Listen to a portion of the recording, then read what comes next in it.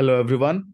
So today we'll be discussing about the El Nino effect जो अभी बिल्कुल confirm की जा चुकी है साइंटिस्ट्स के द्वारा and NOAA also has flagged this that El Nino the climate phenomena is actually here and it will impact India's monsoon. India की मॉनसून पे इस फिनोमेना का भी बहुत बड़ा इम्पैक्ट पड़ने वाला है.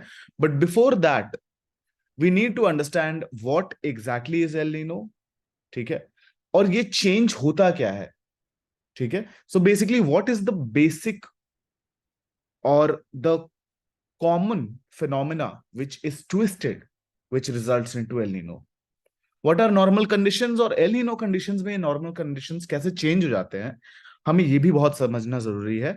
And you will see that June 9th there was an article in the Indian Express where they confirmed that El Nino has actually arrived after 7 years, and this will be not such a good news for India because El Nino tends to weaken the summer monsoon of India. India की monsoon पे इसका negative impact पड़ता है. India की monsoon को El Nino effect जो है वो काफी वीक कर देती है. And this we will understand why happens through the next slide. Okay, now please pay attention, बहुत केयरफुली इस चीज को देखिएगा. अब देखिए, जब हम अपने अर्थ की सरफेस की बात करते हैं, जब हम ओशंस की बात करते हैं, so our ocean is not stationary. हमारा ओशन जो है वो स्टेशनरी नहीं होता. उसके अंदर भी, ओशन के अंदर भी you have oceanic currents which keep on flowing. Okay, अब ये करंट्स ओशन के अंदर बनते हैं और ये करंट्स आते कहां से, इससे इन ओशियानिक करंट्स की टेम्परेचर भी डिसाइड की जाती है.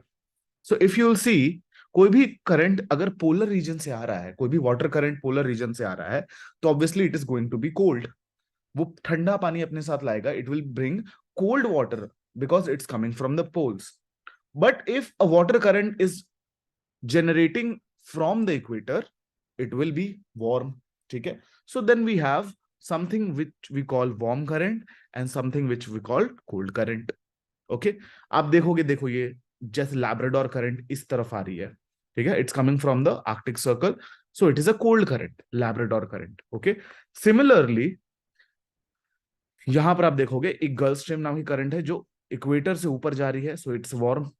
ठीक है, अब यहाँ ये ठंडी होके ब्रांच आउट करेगी और यहां पर ये कोल्ड हो जाएगी because of the temperature being very low here, and it will become cold current. And this current will go down as Canary current. फिर यहाँ इक्वेटर के पास ये वार्म होगी, it will again rise up as Gulf Stream which is a warm current. ठीक है, तो इसी तरह से जो हमारे ओशन करंट्स हैं वर्ल्ड के, वो बहुत ही इंपॉर्टेंट काम करते हैं. दैट वो टेम्परेचर डिस्ट्रीब्यूशन का भी एक बहुत इंपॉर्टेंट काम करते हैं. अगर ये गल्फ स्ट्रीम और ये जैसे नॉर्वेजियन करंट आप देख रहे होगे, ये दोनों वार्म करंट्स है. अगर ये दो वार्म करंट्स ना हो तो आपकी यूरोप फ्रोजन हो. But because of these currents Europe is not frozen and very much livable. तो करंट्स का भी बहुत इंपॉर्टेंट रोल होता है. अब हम फोकस करते हैं एक पर्टिकुलर एरिया पे. जब हमें एल नीनो समझना है तो हमें इस एरिया पे बहुत स्पेसिफिक फोकस डालना है. ठीक है, मोर स्पेसिफिकली हमें इस एरिया पे फोकस डालना है, इस एरिया पे. ओके, अब यहां देखिए, you have a cold current which is known as the Peru current. तो नॉर्मल कंडीशन में यहां का जो पानी होता है वो ठंडा होता है. ठीक है, it's a cold current called the Peru current, और यहाँ का पानी नॉर्मल कंडीशंस में ठंडा होता है. And then you have atmospheric winds. जैसे आपके ओशन में करंट्स चलते हैं, जो विंड्स हैं एटमॉस्फेयर में, वो भी सर्टेन डायरेक्शन में ब्लो करती है. Okay, and in this place when you talk about this, ये जो पेरू करंट है ये इधर क्यों जा रही है? बिकॉज यहां पर एक विंड्स चल रही होती हैं जिनको आप बोलते हो trade winds. These winds are known as trade winds. Okay, so this peru current which is a cold current is blown away by the trade winds. ठीक है, जो आपकी पेरू करंट है इसके कोल्ड वाटर को इस साइड ले जाती है. ओके, ठीक है, और यहां से जब पानी ठंडा नीचे ऊपर चला जाएगा तो नीचे का जो अंडरग्राउंड, नीचे सरफेस पे जो ठंडा पानी है, that will come up. Okay, तो इसको बोलते हैं upwelling. So when let's say this is the ocean surface, अब यहां पर हो क्या रहा है, that cold current is coming up, है ना. पेरू करंट जो है वो कोल्ड है, अब वो ऊपर आ रही है, सरफेस पे आ रही है. It is coming to the surface and then it will travel towards Australia. अब ये इक्वेटर के अलाइन चल रही है, तो ये वार्म भी हो जाएगी, ठीक है। This will keep on happening, warm and warmer. So this Peru current, which was a cold current, ठीक है, will bring cold water to the coast of Peru. यहाँ पर कोल्ड वाटर बहुत सारा आएगा, ये सरफेस पे आएगा, सरफेस पे इक्वेटर के पास आते ही ये वार्म होना चालू होगा, and this warm current will now become the eastern Australian warm current, ठीक है। सो this is the most usual phenomena which happens near South America and basically between South America and Australia. Okay. So this happens. This usually happens. But in some certain conditions, in some certain conditions, what happens that this cold current is suddenly replaced by warm water. Okay. अचानक से ये जो cold current है ना, ये subside हो जाती है and it is replaced by warm water. And why this happens, इसका बहुत एक इंपॉर्टेंट रीजन है। इसका रीजन इंपॉर्टेंट क्या है, दैट यहां पर जो ट्रेड विंड्स चल रही थी ना, जो इसको पुश कर रही थी करंट को, ठीक है, और अगर यहाँ करंट पुश होगा तो यहाँ की ठंडी पानी, जो गर्म पानी है वो हटते जाएगी, इस साइड आ रही है गर्म पानी, और गर्म पानी को रिप्लेस क्या करेगा, ठंडा पानी। So this area remained cold. However, this wind became very slow. यहां पर जो ट्रेड विंड्स थी ये स्लो हो जाती है। अब जब ट्रेड विंड स्लो हो जाएगी ना, तो यहाँ का जो गर्म पानी है जिसको ये ट्रेड विंड बहुत क्विकली इधर भगा रही थी, ओके, दिस वोंट हैपन। बहुत आराम से इसको ध्यान से सुनना, and to explain it more properly, let me go to this screen. Okay, so what is happening now, हो क्या रहा है यहाँ, ठीक है, हो क्या रहा है दैट यहां पर यूजुअली कोल्ड होती है water, okay.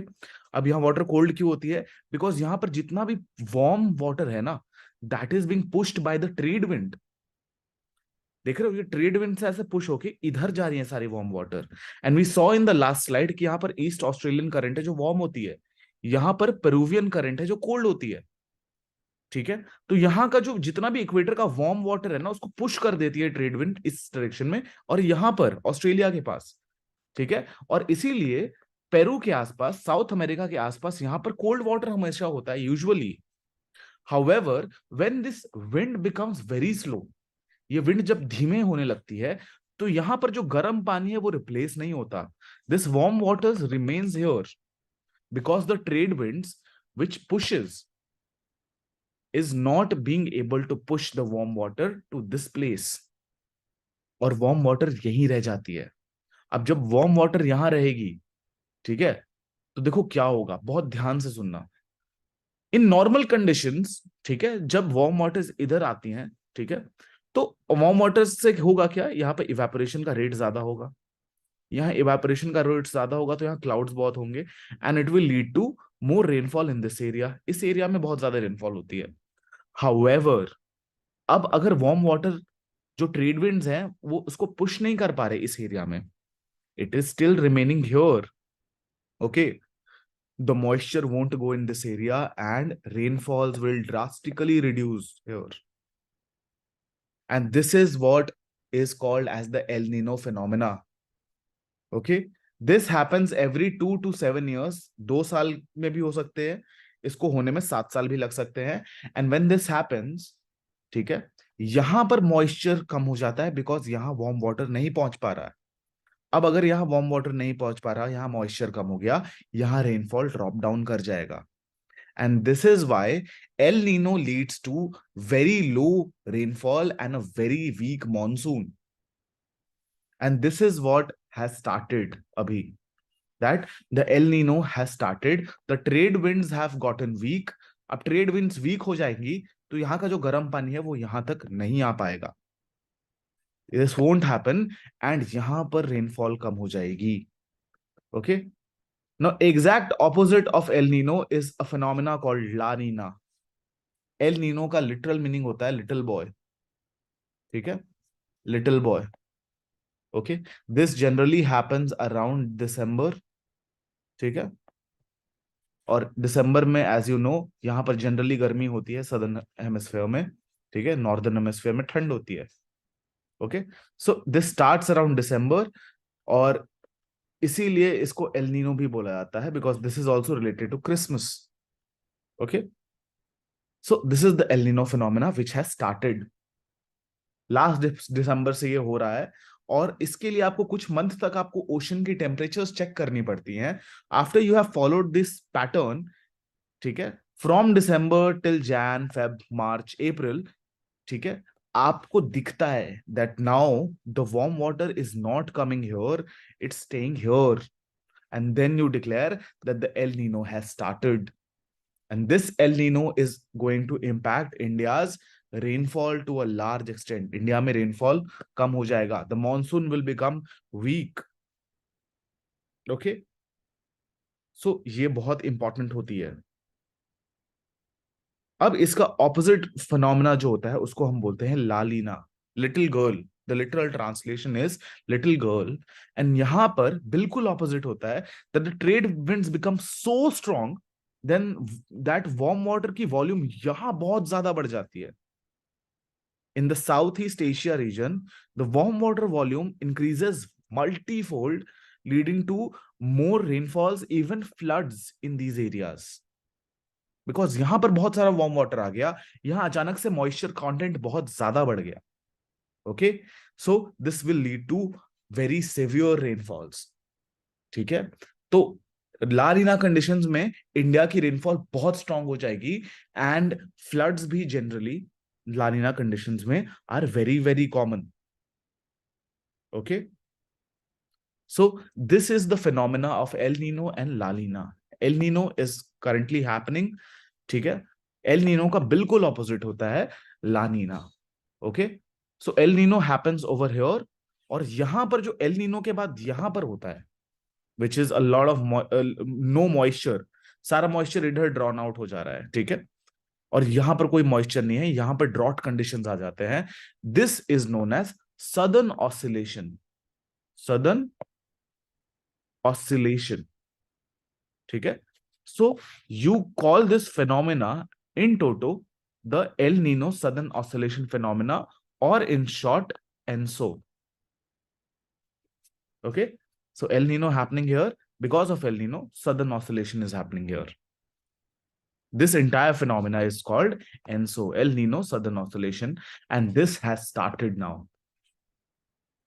Okay, and this is going to impact our weather a lot.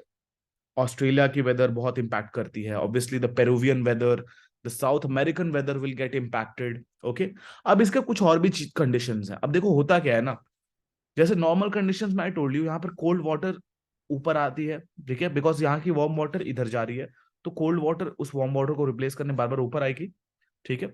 जब ये कोल्ड वाटर ऊपर राइज करती है ना, तो काफी सारे मिनरल्स अपने साथ लाती है, and this action, just imagine this is the ocean का सरफेस, अब यहाँ वार्म वाटर है, ये वार्म वाटर इस डायरेक्शन में जा रही है, तो इसको रिप्लेस करने के लिए कोल्ड वाटर नीचे से ऊपर आएगी और अपने साथ बहुत सारे मिनरल्स लाएगी। This entire phenomena is something known as upwelling, upwelling बोलते हैं इस फिनोमेना को। एंड बिकॉज ऑफ अपवेलिंग, पानी में न्यूट्रिएंट्स की क्वांटिटी बहुत बढ़ती है, जिसके कारण you have certain creatures you known as phytoplanktons. Plankton क्या होते हैं? स्मॉल क्रिएचर्स होते हैं which are like very favorite food of fishes. Fishes की बहुत favorite dishes होती है ये, okay, I know that rhyme, but yeah, fishes की बहुत favorite dishes है फाइटोप्लैंक्टन्स। इनकी ग्रोथ बहुत ज्यादा बढ़ती है, और यहाँ पर फिशिंग ग्राउंड्स कंडीशन बन जाते हैं, जिसका मतलब यहाँ फिशरमैन को बहुत फायदा होता है नॉर्मल कंडीशंस में।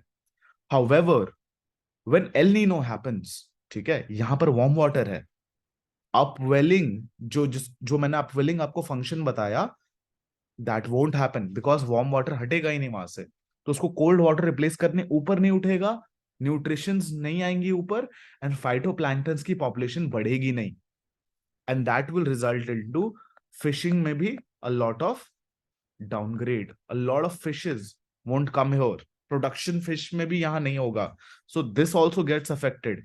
यहाँ ड्रॉट लाइक कंडीशंस तो आते ही हैं एल नीनो में, सो बेसिकली दिस यहां भी इफेक्ट हो रहा है, और यहां भी ड्रॉट लाइक कंडीशंस आ रहे हैं। दिस इज ऑस्ट्रेलिया का tip. Okay, so El Nino is very catastrophic when it comes to specially India, and south east Asian nation, because यहाँ ड्रॉट लाइट कंडीशंस आते हैं और यहाँ रेनफॉल कम हो जाती है because of El Nino. Okay, so you have to be very careful how this will also impact our food grains.